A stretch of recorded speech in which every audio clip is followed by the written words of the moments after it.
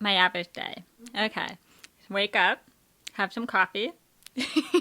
And then it depends. I work in the classroom working with just families and children with hearing loss. And then I'm on the road.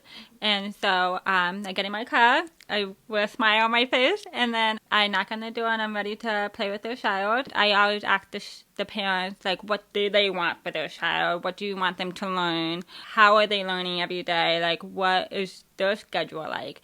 And you can try to figure out, adapt yourself as a PIP provider. How can I fit into that mode? How can I help them with their everyday lifestyle? The important thing about PIP is that the family carry it over. So yes, we're only there once a week, but it's they're in their child's everyday life, so their job is to carry over the language that we teach them. And there's so many families up here in the North Shore, and they're able to connect and share these different experiences. And that's what they come to the classes. Like, they all, like, talk to each other, like, oh, my child is getting hearing aids for the first time, or my child is getting a cochlear implant, and they're able to connect with other families through that. And it makes them feel so much more relieved, and because they're able to connect to somebody else to understand that.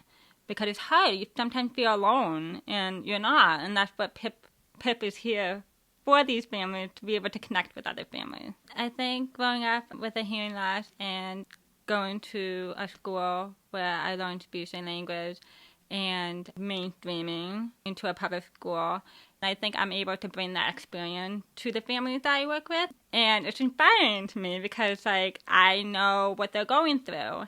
And not just through their child's eyes, but also from a parent's point of view. I went to school when I was 18 months. Around that time, my parents had the choice for me to either choose, I'm from Connecticut, so they either had to choose for me to go to American School for the Deaf or to go to CREC, Stonebridge, which is for spoken language only, and ASD are for the sign language. Where, okay, now we're talking 25, 30 years later, families are able to have that choice to have both, to have that ASL and the spoken language, and they're so lucky to be able to have a program like PIP. So what I would tell them is that it's going to be okay, that we're all here to work as a team. The parents are a crucial part of the child's life, and the early intervention team, the PIP team, and we, as PIP providers, have a specialty in hearing loss.